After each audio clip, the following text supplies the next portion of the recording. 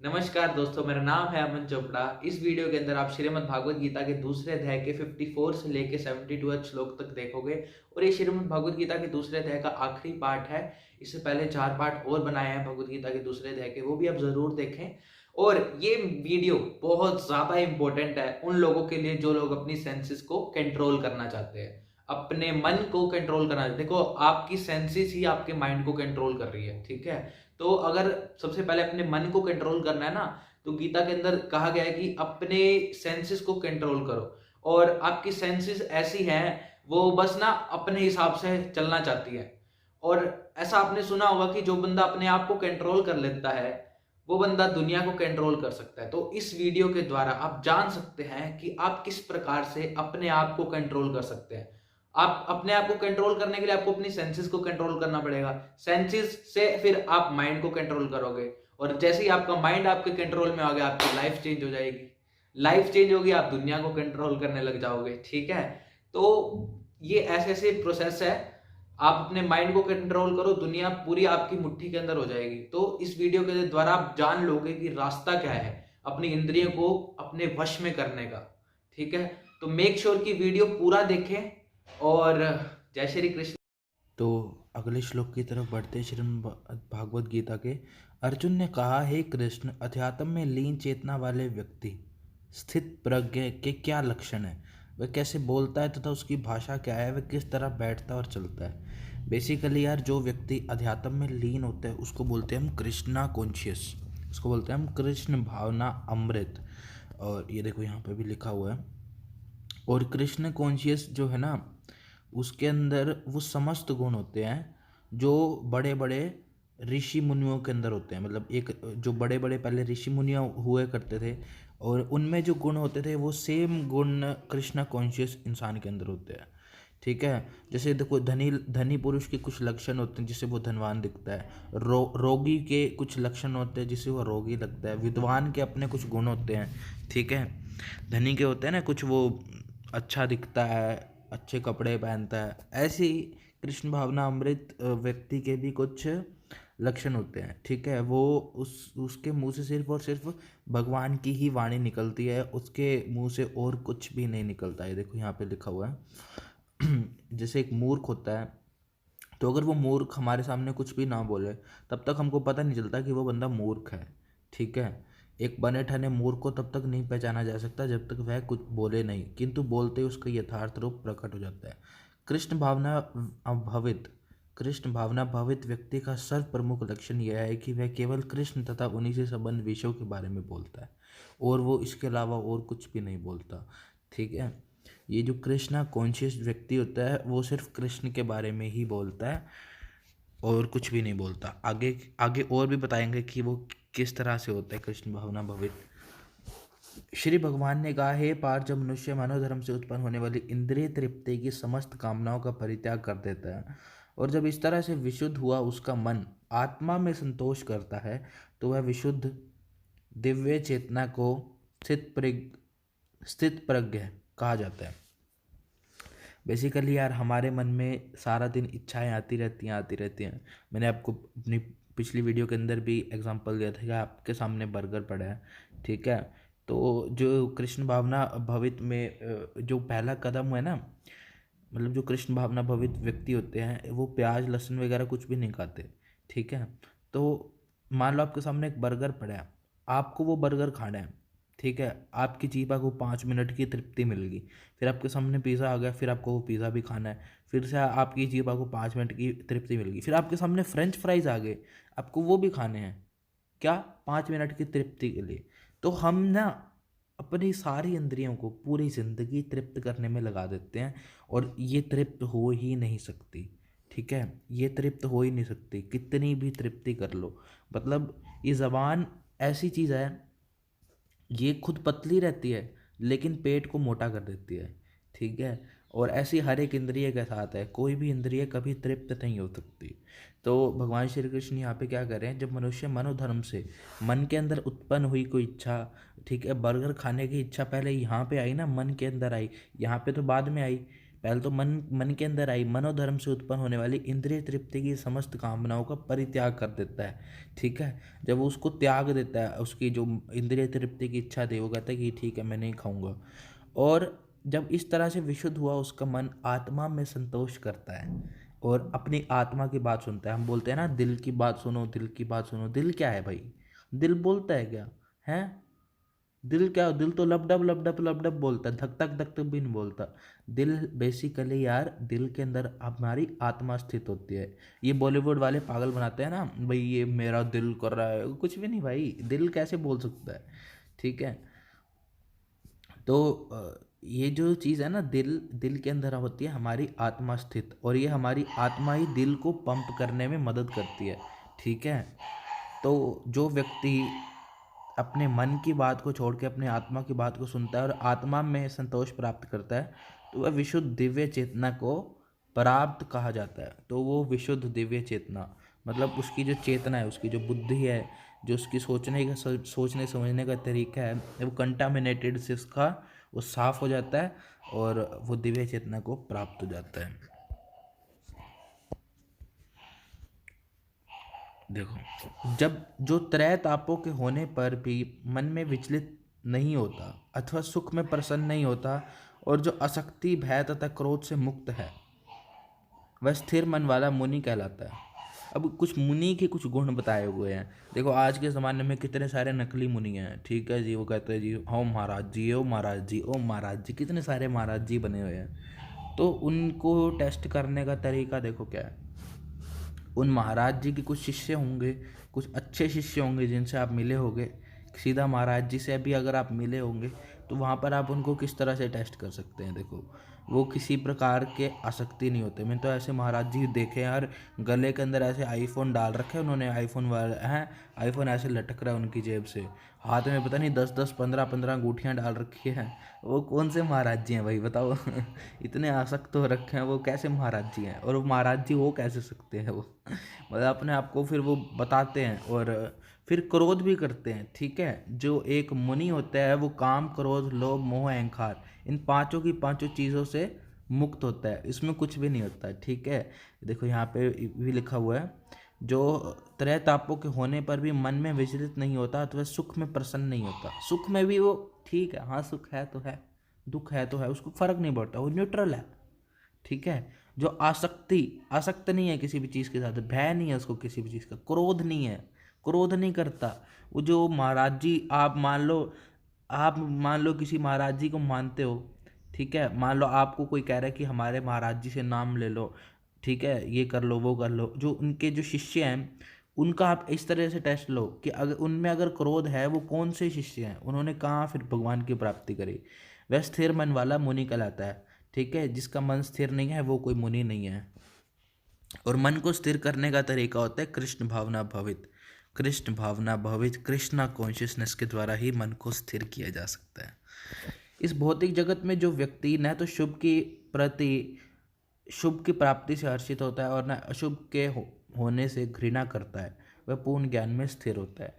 मतलब कि उसको पैसे मिल गए, लॉटरी लग गई, ठीक है जी, लग गई तो लग गई, पैसे चले गए, डाका मार दिया उसने, छापा मार दिया इनकम टैक्स ने, चले गए तो चले गए, उनको कोई नफरत नहीं है। तो वही व्यक्ति पूर्ण ज्ञान में स्थिर हो सकता है। ठीक है, मतलब जिंदगी में कुछ ना कुछ उथल पुथल तो रहती है ना। ये देखो यहाँ पे भी लिखा हुआ है, शुभ और बुरा, मतलब हमेशा ये तो होता ही रहता है। तो जो भक्ति में जो लीन मनुष्य होता है ना, उसको फर्क नहीं पड़ता। ठीक है, मतलब यार एक होता है एक नॉर्मल बंदा, एक नॉर्मल बंदे को उसकी क्रश ने रिजेक्ट कर दिया तो वो क्या करेगा, दारू पी लेगा, ठीक है, नस वस काट लेगा। लेकिन जो एक स्पिरिचुअल बंदा है, भक्ति करने वाला बंदा है, उसको उसकी क्रश ने रिजेक्ट कर दिया, वो पता है क्या करेगा, वो नहीं ऐसे वो ऐसे सोचेगा नहीं कि रिजेक्ट कर दिया तो मैं दारू पी लूँ, नहीं नहीं नहीं, वो बल्कि वहाँ पे उसको भगवान संभाल लेंगे। ठीक है, कहीं ना कहीं जो लोग भक्ति करते हैं ना, उनके ऊपर कोई दुख आता है, उनको कोई ताना मारता है, कुछ कितना भी बड़ा दुख आ जाए तो ना उनको लगता नहीं है, फील नहीं होता। मतलब ऐसे समझ लो कि कुछ ना कवच सा उनके आसपास ऐसे घूम रहा होता है जो उनको ये सारी चीज़ों से बचा लेता है, उतना फील नहीं होता है। ठीक है, ये गया 10-15 महीने के डिप्रेशन में ये 2 दिन के डिप्रेशन में जाके बाहर आ गया, ठीक है। तो कहीं ना कहीं भगवान खुद उसकी रक्षा करते हैं जो भक्ति करता है। तभी तो भगवान कृष्ण खुद कहते हैं कि जो भक्ति मार्ग है ना, वो सबसे श्रेष्ठ मार्ग है, ठीक है। भक्ति मार्ग सर्वश्रेष्ठ मार्ग है, क्योंकि भगवान फिर खुद व्यक्ति की रक्षा करता है। अब बेसिकली थोड़ा सा कृष्ण भावना अमृत क्या होता है, कृष्ण भावना भवित क्या होता है। बेसिकली यार, आप जो भी काम करोगे उसका कुछ ना कुछ रिलेशन होगा कृष्ण भावना कृष्णा से। मतलब आपकी लाइफ के गोल सेटिंग से लेके आपके खाना बनाने तक, ठीक है। मतलब आप खाना भी ये सोच के बनाओगे कि मुझे भगवान कृष्ण को भोग लगाना है और मैं सिर्फ और सिर्फ प्रसाद ही खा सकता हूँ। कृष्ण भगवान प्याज लहसुन नहीं खाते, चाय नहीं पीते, मैं भी नहीं पीऊँगा, मैं सिर्फ प्रसाद खाऊंगा, ठीक है। आपकी लाइफ का गोल सेटिंग वो भी कृष्णा से रिलेटेड होना चाहिए। तो हर एक चीज़ के अंदर आप कृष्णा जी को ले आओ बीच में, और हर एक काम का संबंध कृष्णा जी से कर लो। जैसे हर एक चीज़ की सेवा, अपने आँखों को, आगे इसके अंदर एग्जाम्पल आएगा वो मैं बताऊंगा, चलो ठीक है अभी रुक जाओ। जिस प्रकार कछुआ अपने अंगों को संकुचित करके खोल के भीतर कर लेता है, उसी तरह जो मनुष्य अपनी इंद्रियों को इंद्रिय विषयों से खींच लेता है वह पूर्ण चेतना में दृढ़ता पूर्वक स्थिर हो जाता है। इंद्रियां होती है सेंसेस। आपका अपनी सेंसेस पर कंट्रोल है। जरा सा नोटिफिकेशन आया, आप अपने ऊपर कंट्रोल कर सकते हो कि मुझे ये नहीं खोल के देखना, मुझे अपने जो मैं पढ़ाई कर रहा हूँ मुझे वो करते रहना है। क्या है सेंसेस में कंट्रोल? नहीं है। और इन सेंसेस को भक्ति के बिना कंट्रोल करना नेक्स्ट टू क्यों बोल रहा हूँ, नेक्स्ट टू नहीं, इम्पॉसिबल ही है, ठीक है। भक्ति के बिना आप अपनी सेंसेस को कंट्रोल करने जाओगे तो ये इम्पॉसिबल है। ऐसा भगवान श्री कृष्ण ने यह तात्पर्य के अंदर कहीं लिखा हुआ है। इसको पीडीएफ के नीचे से डाउनलोड करके पढ़ लेना, ठीक है। तो हमारा मन हमारे कंट्रोल में नहीं है। हमारे दिमाग में 60,000 विचार आ रहे हैं, तो हम हमारे मन में हम उसके ऊपर कंट्रोल नहीं कर सकते, ठीक है। अब भगवान श्री कृष्ण यहाँ पे क्या कर रहे हैं, जिस प्रकार कछुआ अपने अंगों को संकुचित करके खोल के भीतर कर लेता है, उसी तरह जो मनुष्य अपनी इंद्रिय विषयों से खींच लेता है वह पूर्ण चेतना में दृढ़ता पूर्वक, जो इंद्रियों को इंद्रिय विषयों से, ठीक है। मतलब बहुत सारे लोग ना इंद्रियों के कहने पे, सेंसेस ने कहा चल ठीक है, ये दिमाग में आया चलो ठीक है नेटफ्लिक्स देखते हैं, चलो ठीक है देख लिया आपने नेटफ्लिक्स। तो ये सारी की सारी चीज़ों से जब आप पीछे हट जाते हो, आपका मन ना सिर्फ और सिर्फ कृष्णा में स्थित हो जाता है, तब आप पूर्ण चेतना में दृढ़तापूर्वक स्थिर हो जाते हो, तब आपकी बुद्धि स्थिर हो जाती है, तब आपकी बुद्धि फोकस्ड हो जाती है, स्टेबल हो जाती है, ठीक है। यहाँ पे देखो ये अच्छे से यहाँ पे लिखा हुआ है, अधिकांश व्यक्ति अपनी इंद्रियों के दास बने रहते हैं। इंद्रियों के कहने पे, अपनी सेंसेस के कहने पर आप काम करते हो, ठीक है। इंद्रियों की तुलना विषैले सर्पों से की गई है, और ये जो इंद्रियां हैं वो अपने हिसाब से कर्म करना चाहती हैं, लेकिन मनुष्य के पास दिमाग है, इस दिमाग से वो कंट्रोल कर सकते हैं इन इंद्रियों को भगवान की भक्ति करके, ठीक है। और भी कुछ मार्ग हैं इंद्रियों को कंट्रोल करने के। इंद्रियों को कंट्रोल करने का एक मार्ग और होता है जिसको बोलते हैं अष्टांग योग, ठीक है। पर ये अष्टांग योग की प्रैक्टिस और भक्ति मार्ग की प्रैक्टिस में बहुत फ़र्क है। अष्टांग योग में यम नियम ये सब चीज़ें हमको डीएवी में बताई जाती थी। ये यम नियम प्रत्याहार ये समाधि धारणा, ऐसे ऐसे आठ आठ प्रकार के योगा अभ्यास होते हैं। तो उससे श्रेष्ठ है, उससे काफ़ी ज़्यादा श्रेष्ठ है ये भक्ति मार्ग। चलो अगले श्लोक की तरफ। देहधारी जीव इंद्रिय भोग से भले ही निवृत्त हो जाएं, लेकिन उनमें इंद्रिय भोगों की इच्छा बनी रहती है। लेकिन उत्तम रस के अनुभव होने से ऐसे कार्यों को बंद करने पर वह भक्ति में स्थिर हो जाते हैं। बेसिकली यार देखो भगवान श्री कृष्ण क्या कह रहे हैं, जो शरीर है, ये जो देहधारी जीव मतलब जो हम लोग हैं, मनुष्य हैं, ये क्या करते हैं कुछ लोग कि वो कहते हैं कि हम अपनी सेंसेस की बात नहीं मानेंगे, ठीक है, हम अपनी सेंसेस पर कंट्रोल करेंगे। हम मानते नहीं, हम अपने अपने मन के ऊपर अपना कंट्रोल करेंगे और हम अपनी सेंसेस के ऊपर कंट्रोल करेंगे।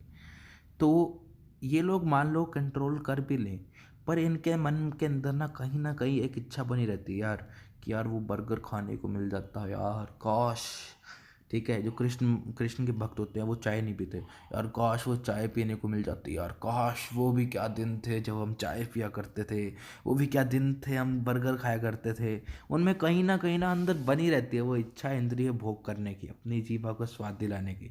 हर एक इंद्रिय से रिलेटेड है। सबसे आसान मेरे को जीभा का एग्जाम्पल लगता है और सबसे रियलिस्टिक लगता है, इसलिए मैं जीभा वाला ही एग्जाम्पल देता हूँ आप सभी को। ठीक है, तो कहीं ना उनके अंदर इच्छा बनी रहती है।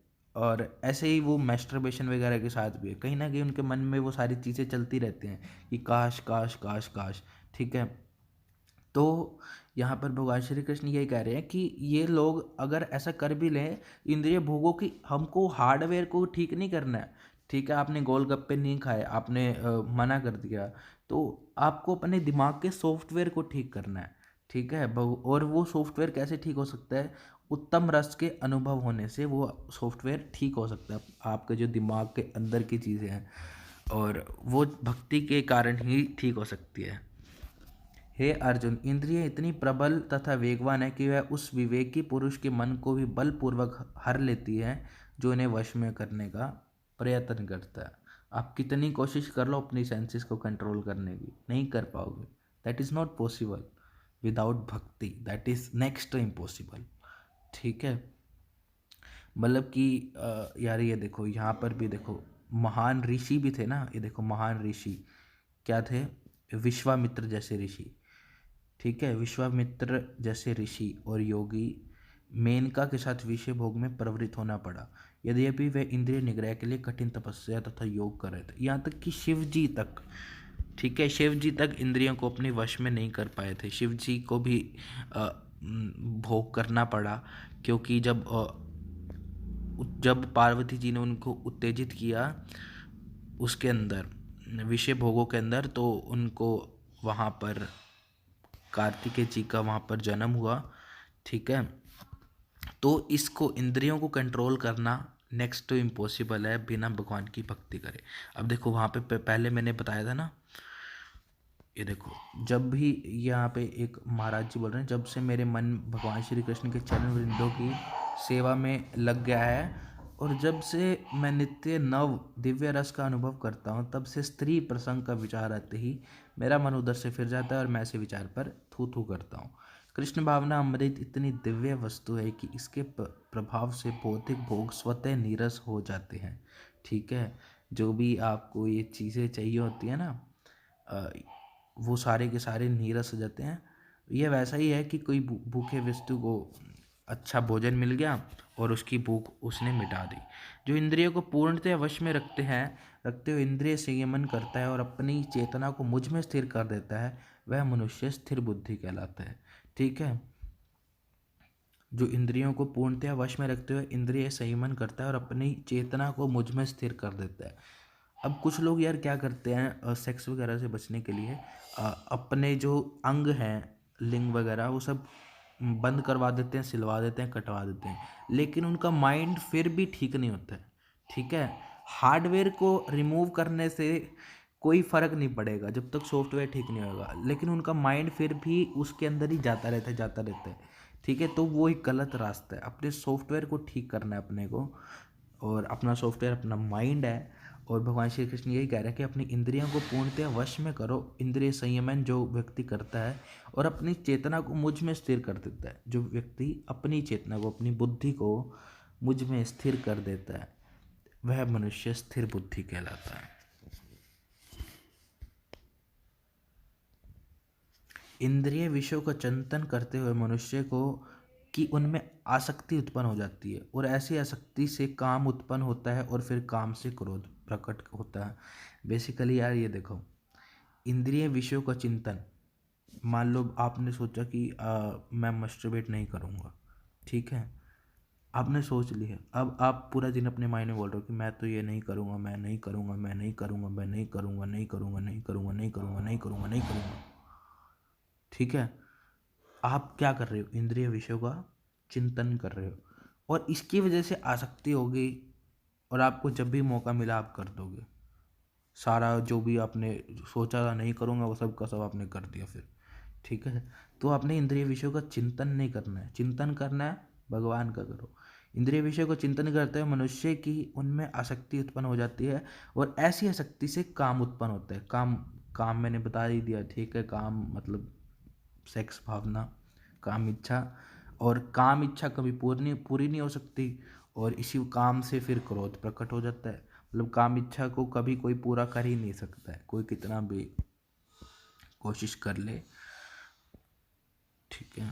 ये देखो यहाँ पे वो मैं पीछे पीछे एग्जांपल दे रहा था ना शिव जी का, यहाँ पे वो शिव जी का एग्जांपल भी लिखा हुआ है। एक सेकेंड ऊपर करके, शिव ध्यान मगन थे, एक सेकेंड, हाँ, शिव ध्यान मगन थे, किंतु जब पार्वती जी ने विषय भोगों के लिए उन्हें उत्तेजित किया तो वे सहमत हो गए, जिससे के फल स्वरूप कार्तिकेय जी का जन्म हुआ। इसी प्रकार तरुण भागवत भक्त हरिदास ठाकुर को माया देवी के अवतार ने मोहित करने का प्रयास किया, किंतु विशुद्ध कृष्ण भक्ति के कारण वे इस कसौटी में खरे उतरे।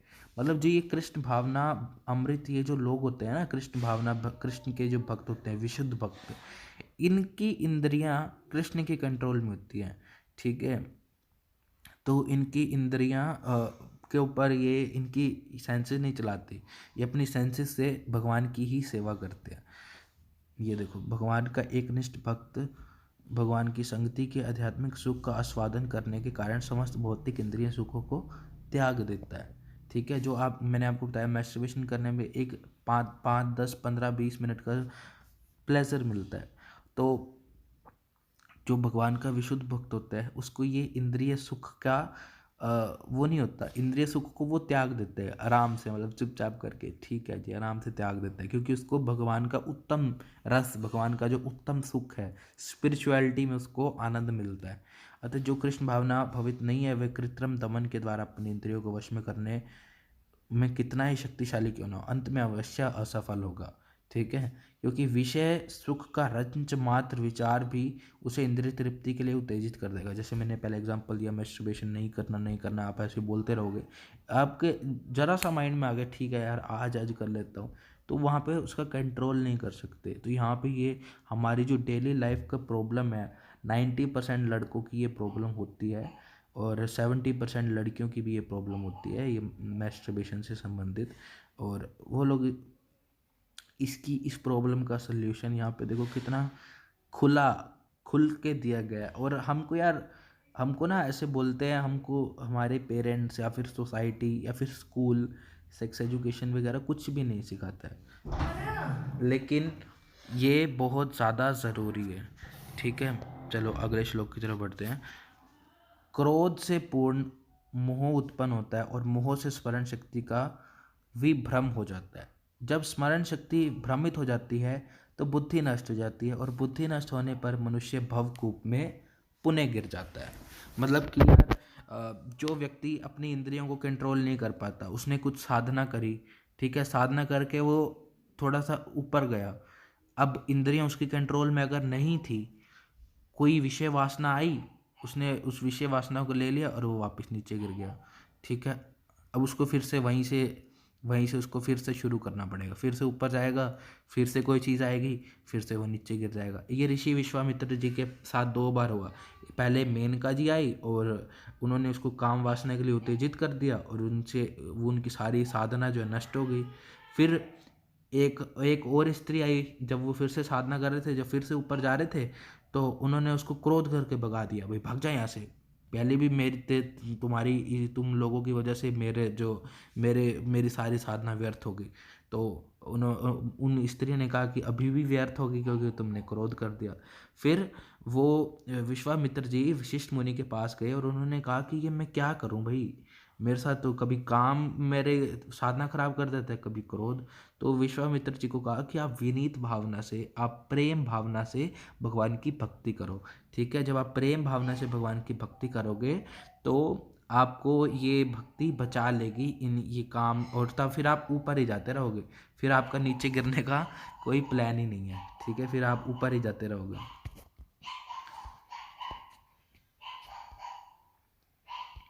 देखो ये जो कृष्ण भावना अमृत का ये जो व्यक्ति होता है ना, वो जानता है हर एक प्रत्येक वस्तु का जो है वो उपयोग कर सकता है, भगवान की सेवा के लिए किया जा सकता है। मतलब जैसे मैं अपनी यूट्यूब इंस्टाग्राम दोनों का जानता हूँ, दोनों का प्रयोग मैं किसके लिए, भगवान की सेवा के लिए कर सकता हूँ। ठीक है, जो कृष्ण भावना अमृत के ज्ञान से रहित है वह कृत्रिम ढंग से भौतिक विषयों से बचने का प्रयास करता है। फलितः वह भव बंधन से मोक्ष की कामना करते हुए भी वैराग्य की चरम अवस्था को प्राप्त नहीं कर पाते। मतलब ये बाकी दूसरे जितने भी मार्ग है ना, अदर देन कृष्णा कॉन्शियसनेस, वो बहुत ज़्यादा मुश्किल है, बहुत ज़्यादा मुश्किल है लिटरली। ठीक है, और उनमें जो है ना, मतलब आप, मैंने बताया कि वो जैसे ऋषि विश्वामित्र ऊपर गए, उसमें ऐसे नीचे गए। ठीक है, तो उसमें नीचे गिरने के बहुत सारे संभाव बने रहते हैं, लेकिन जो कृष्ण भावना अमृत व्यक्ति होता है वो ऊपर जाता रहता है, जाता रहता है, जाता रहता है, जाता रहता है, जाता रहता है, और बस। किंतु समस्त राग तथा द्वेष से मुक्त एवं अपनी इंद्रियों को संयम द्वारा वश में करने में समर्थ व्यक्ति भगवान की पूर्ण कृपा प्राप्त कर सकते हैं। जो आसक्ति, राग मतलब आसक्ति, द्वेष मतलब वैराग्य है, राग और द्वेष से मुक्त वह एवं अपनी इंद्रियों को संयम द्वारा वश में करने में जो व्यक्ति समर्थ है, वह व्यक्ति भगवान की पूर्ण कृपा को प्राप्त कर लेता है। ठीक है, भगवान की पूर्ण कृपा उसी को ही मिलता है जो कृष्ण भावना अमृत होकर भगवान श्री कृष्ण की भक्ति करता रहता है और अपनी इंद्रियों को सौंप देता है कृष्ण के अंदर। इस प्रकार से कृष्ण भावना अमृत में तुष्ट व्यक्ति के लिए संसार के तीनों ताप नष्ट हो जाते हैं, और ऐसी तुष्ट चेतना होने पर उसकी बुद्धि शीघ्र ही स्थिर हो जाती है। कृष्ण भावना अमृत वाले व्यक्ति की, कृष्णा कॉन्शियस व्यक्ति वाले के सारे ताप नष्ट हो जाते हैं, सारे पाप उसके नष्ट हो जाते हैं, और जो भी है उसकी जो बुद्धि है वो स्थिर हो जाती है, स्टेबल हो जाती है। ठीक है, उसके मन में अगर विचार आता भी है मैस्टरबेशन का, सेक्स का, कोई भी विचार आता है, बर्गर खाना है, तो वो सारे विचारों को वो सहन कर लेता है। ठीक है, उसमें इतनी शक्ति होती है, भगवान कृष्ण उसको इतनी शक्ति देते हैं कि वो उन सब विचारों को सहन कर लेता है। जो कृष्ण भावना अमृत में परमेश्वर से संबंधित नहीं है, उसकी न तो बुद्धि दिव्य होती है और न ही मन स्थिर होता है, जिसके बिना शांति की कोई संभावना नहीं है। शांति के बिना सुख हो भी कैसे सकता है। कृष्ण भावना भवित हुए बिना शांति की कोई संभावना नहीं हो सकती। ठीक है, आपको अगर लगता है आपको वो बर्गर खाने के बाद आपको शांति मिल जाएगी आपके माइंड को, तो वो शांति 5 मिनट की मिलेगी। 5 मिनट बाद जब पिज़्ज़ा आ जाएगा उस टेबल पर, तो आपको वो पिज़्ज़ा भी खाना होगा। तो कृष्ण भावना अमृत रहकर ही आप शांति को प्राप्त कर सकते हो। जिस प्रकार पानी में तैरती नाव को प्रचंड वायु दूर बहा ले जाती है, उसी प्रकार विचारशील इंद्रियों में से कोई एक जिस पर आपका मन निरंतर लगा रहता है, मनुष्य की बुद्धि को हर लेती है। मतलब कोई भी आपकी इंद्रिय है, ठीक है, मैंने आपको वो मैस्टरबेशन वाला एग्जांपल दे दिया, आप बोलो नहीं करना नहीं करना नहीं करना, आपका मन सारा दिन उसके ऊपर ही लगा हुआ है कि नहीं करना, और जरा सा मौका मिला आपने कर दिया। तो वो यहाँ पे वही श्लोक, वही चीज़ जो यहाँ पर बताई जा रही है। जिस प्रकार पानी में तैरती नाव को प्रचंड वायु दूर बहा ले जाती है, पानी में वो, उसी प्रकार विचारशील इंद्रियों में से जिस पर आपका मन निरंतर लगा रहता है, वो मनुष्य की बुद्धि को हर लेती है। आपने बोला नहीं करना नहीं करना, आपका मन तो पूरा दिन उस पर लगा हुआ है, तो जैसे ही एक मौका मिलेगा आपकी बुद्धि को उसने हर लिया। ठीक है, तो अतः हे महाबाहो, जिस पुरुष की इंद्रियां अपने अपने विषयों से सब प्रकार से विरत होकर उसके वश में है, उसी की बुद्धि निसंदेह स्थिर है। क्या बोलते हैं भगवान श्री कृष्ण? हे महाबाहु, जिस पुरुष की इंद्रियां अपने अपने विषयों से सब प्रकार से विरत होकर उसके वश में है, अपने वश में है, उसकी बुद्धि निसंदेह स्थिर है। ठीक है, अब उसका ध्यान नहीं जा रहा कि मुझे नहीं करना, उसकी बुद्धि तो कृष्ण में लगी हुई है, तो ऑटोमेटिकली वो और कोई गलत काम करेगा भी नहीं। ठीक है, तो ये यहाँ पर जो 90% लड़कों की जो प्रॉब्लम होती है ना मास्टरबेशन की, उसको यहाँ पर भगवत गीता ने सोल्व कर दिया, दूसरे अध्याय में सोल्व कर दिया। सोचो, अभी तो हम आगे 16 अध्याय और पढ़े हैं, 16 अध्याय के अंदर पता नहीं क्या कौन कौन सी प्रॉब्लम आप सोल्व कर लोगे। ठीक है, तो अब देखो अगले श्लोक के अंदर भगवान श्री कृष्ण क्या कहते हैं, जो सभी जीवों के लिए रात्रि है वह आत्म संयमी के जागने का समय, और जो समस्त जीवों के जागने का समय वह आत्म निरीक्षक मणि के लिए रात्रि है। बेसिकली यार दो प्रकार के लोग होते हैं, एक जो इंद्रिय तृप्ति के लिए भौतिक कार्य करने में निपुण होते हैं और दूसरे जो लोग आत्म निरीक्षक होते हैं। ठीक है, तो ये जो आत्म निरीक्षक लोगों के लिए रात्रि है, वो क्या है, वो इंद्रिय तृप्ति के मतलब रात्रि क्या है, वो उसके बारे में सोए रहते हैं, उसके बारे में फ़र्क ही नहीं करते, उसके बारे में सोचते नहीं, उसके बारे में कोई विचार ही नहीं लाते। मतलब इन रात्रि को हम सो जाते हैं ना, तो रात्रि को यहाँ पर उसी से रिलेट किया गया है। तो जो लोग आत्मनिरीक्षक, जो लोग आत्म साक्षात्कार के लिए अनुशीलन होते हैं, वो इंद्रिय तृप्ति के लिए कुछ भी कार्य नहीं करती, उनके लिए वो रात्रि है। ठीक है, और जो लोग इंद्रिय तृप्ति के अंदर कार्य करते हैं वो आत्म साक्षात्कार नहीं करते। ये देखो यहीं पर कितनी डीप बात कह दी, जो सब वो जीवों के लिए रात्रि है वह आत्म संयमी के जागने का समय है, और जो समस्त जीवों के जागने का समय है वह आत्म निरीक्षक मुनि के लिए रात्रि है। ठीक है, जो पुरुष समुद्र में निरंतर प्रवेश करते रहने वाली नदियों के समान इच्छाओं के निरंतर प्रवाह से विचलित नहीं होता और जो सदैव स्थिर रहता है, वह शांति प्राप्त कर सकता है, वह नहीं जो ऐसी इच्छाओं को तुष्ट करने की चेतना करता है। मान लो आपके मन में इच्छा आई वो बर्गर खाने की, 5 मिनट की मिलेगी ना शांति, 5 मिनट की शांति मिलेगी ना। ठीक है, जो आपको अगर इनफाइनाइट शांति चाहिए, पूरी ज़िंदगी आपको शांति चाहिए, तो आपको किसकी इच्छा करनी पड़ेगी? कृष्ण की। भाई मैं तो जो खाऊंगा भगवान का प्रसाद खाऊंगा जी, बर्गर जैसी गंदी चीज़ें मैं नहीं खाऊंगा जिसके अंदर प्याज लहसुन है। ठीक है, जो पुरुष समुद्र में निरंतर प्रवेश करते हुए रहने वाली, आपके माइंड में आपने सुना होगा इग्नोरेंस इज द ब्लिस। क्यों ब्लिस है? आपके माइंड में वो चीज़ें आ रही हैं, ये कर ले वो कर ले, ये कर ले वो कर ले, पढ़ाई करने के बैठे हैं, आपके माइंड में आ रही है अच्छा ये कर लेते हैं, पहले ये कर लेते हैं, चलो नहीं वो कर लेते हैं फिर पढ़ लेंगे। तो जो व्यक्ति ऐसी इच्छाओं के आने पर निरंतरता से वो इच्छा आती चली जा रही है, उन इच्छाओं को वो कंट्रोल कर लेता है। जैसे समुद्र नदियों के पानी को अपने अंदर समा के कंट्रोल कर लेता है, वह व्यक्ति स्थिर हो जाता है, उसकी बुद्धि स्टेबल हो जाती है, उसकी बुद्धि फोकस्ड हो जाती है और वह शांति को प्राप्त कर लेता है। ठीक है, अब ये बर्गर खाने में मिलेगी आपको 5 मिनट की शांति, लेकिन बर्गर की इच्छा को त्याग करने पे और कृष्ण का नाम जपते रहने से आपको क्या मिलेगी? इनफाइनाइट शांति।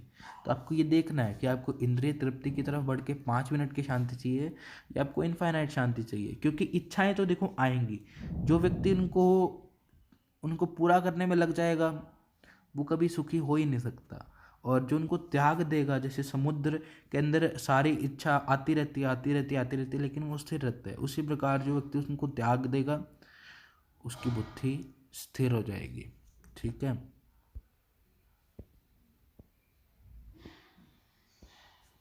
जिस व्यक्ति ने इंद्रिय तृप्ति की समस्त इच्छाओं का परित्याग कर दिया है, जो इच्छाओं से रहित रहता है और जिसने सारी ममता त्याग दी है तथा अहंकार से रहित है, वह वास्तविक शांति को प्राप्त कर सकता है। ठीक है, वही व्यक्ति वास्तविक शांति को, जो नेक्स्ट लेवल सुकून है, जो नेक्स्ट लेवल शांति है, भगवान का जो उत्तम रस है, अमृत है, भगवत भक्ति है, जो भी है वो जो मिलती है ना आपको तभी मिलती है जो इच्छाओं से रहित हो जाता है। ठीक है, इच्छाएं देखो हमेशा, जो लोग भक्त होते हैं ना, भगवान की भक्ति करते हैं, उनके अंदर भी इच्छाएं आती हैं, लेकिन वो भक्ति करते हैं इसकी वजह से उनके पास एक कैपेबिलिटी होती है कि वो उन इच्छाओं को रोक सकते हैं। ठीक है, मान लो एक यहाँ पे भक्त बैठा है, एक यहाँ पे नॉर्मल बंदा बैठा है और यहाँ पे बर्गर पड़ा है, तो दोनों के मन में इच्छा है बर्गर खाने की, लेकिन अगर इसको नहीं दिया गया तो ये पूरा दिन यार मेरे को बर्गर नहीं मिला, ये पूरा जब तक इसको बर्गर मिलेगा नहीं तब तक इसको चैन नहीं पड़ेगी। लेकिन ये जो भक्त बंदा है, इसको ठीक है नहीं मिला कोई बात नहीं, मन इच्छा तो इसके भी है यार खा लेता हूँ, लेकिन भक्ति ने इसको बचा लिया। इसी तरह मैस्टरबेशन के साथ है, इच्छा दोनों के मन में आती है। ठीक है, लेकिन ये कर लेता है, ये नहीं करता है।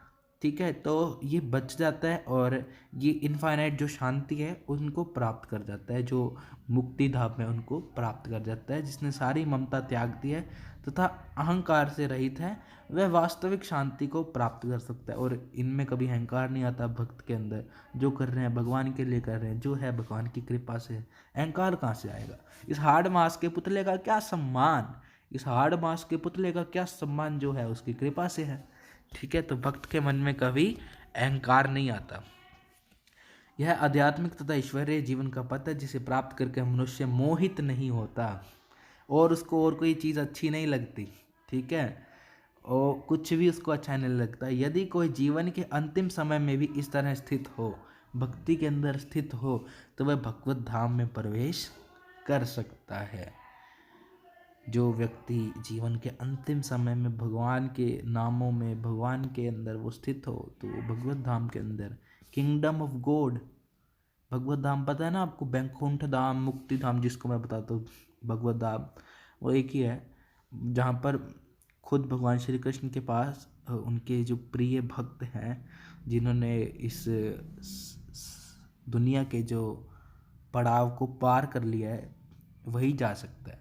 जो पार नहीं करता वो वापस इस दुनिया में जन्म लेता है, वापस इस दुनिया में जन्म लेता है, जन्म लेते रहता है, जन्म लेते रहता है। इस पड़ाव को पार करना ही पड़ेगा आपको, आगे अगले कुछ लोगों के अंदर जाना है। ठीक है, इलोन मस्क भाई साहब जी मार्स के ऊपर बना रहे अपना, मार्स के ऊपर रहने की जगह बना रहे हैं। एक ना एक दिन तो मार्स भी ख़त्म हो जाएगा ना, हैं? तो भगवत धाम के अंदर जाने का वो होना चाहिए लक्ष्य। ठीक है, कि हमको भगवत धाम में जाना है और कृष्णा भगवान के पास जाना है, विशुद्ध भक्ति को प्राप्त करना है। तो इस तरह से आपका गोल सेटिंग होना चाहिए। आप जो भी करो कृष्णा के लिए ही करो। आप खाने बनाने से लेकर गोल सेटिंग तक जो भी काम करो, नहा भी रहे हो, कुछ भी कर रहे हो, उसका हर एक काम का संबंध कृष्णा जी से होना चाहिए।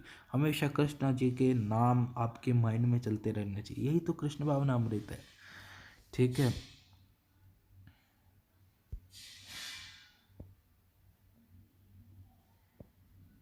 अब ये देखो, हाँ ये वैसे फिनिश हो गया। ये अगला अध्याय कर्म योग का है। अगली वीडियो से हम कर्म योग शुरू करेंगे। और धन्यवाद, आप सभी लोग अपना प्यार बनाए रखें। जय श्री कृष्णा। और एक चीज़ यार, कृष्ण भावना अमृत होने के लिए एक चीज़ आप ज़रूर, एक चीज़ और करना, डेली हरे कृष्ण महामंत्र, हरे कृष्णा कृष्ण कृष्ण हरे हरे, हरे राम राम राम हरे हरे। इसको जितना ज़्यादा प्रैक्टिस कर सकते हो उतना ज़्यादा प्रैक्टिस करना, क्योंकि इससे आपकी चेतना शुद्ध होती है। ठीक है, और जब आप ये हरे कृष्णा महामंत्र का जो आप जब आप जाप करते हो ना, तो आपकी जो बुद्धि के अंदर जितने भी विकार थे, जितनी भी चीज़ें थे, जितने भी आपकी इच्छाएं होती है, ठीक है, जैसे मैंने आपको बताया मैस्टरबेशन की, बर्गर खाने की, मतलब जो भी है इंद्रियों की इच्छाएं जितनी भी होती है, गंदी गंदी इच्छाएं जितनी भी, वो सारी की सारी चीज़ों से फिर आप बच सकते हो। ठीक है, क्योंकि this is like a addiction. ठीक है, और जिस बंदे ने, जो बंदा इससे एडिक्ट हो गया, उसको फिर और कोई इच्छा, ये शराब की, गांजे की, ये कुछ भी उसको फिर अच्छा नहीं लगता। तो इसको आप जितना ज़्यादा कर सको, एटलीस्ट 108 बार की 2 मालाएं तो करना करना। ठीक है, और ये जो प्रभुपाद जी की, जिनकी हम भगवत गीता पढ़ रहे हैं, ये दिन में 16 बार इस्कॉन के अंदर अगर आप जाओगे, इनके टेम्पल के अंदर, तो यहाँ पर ये यही प्रेरणा देते हैं कि दिन में कम से कम हम सबको 16 बार ये 108 वाली माला, हरे कृष्णा कृष्ण कृष्ण हरे हरे, हरे राम राम राम हरे हरे, ये करनी चाहिए। लेकिन स्टार्टिंग में हम 2 × 108 से हम शुरू कर सकते हैं। और भगवान श्री कृष्ण आप पर कृपा करेंगे, आपकी इंद्रियों को आपके वश में करने के लिए सहायता करेंगे। जय श्री कृष्णा।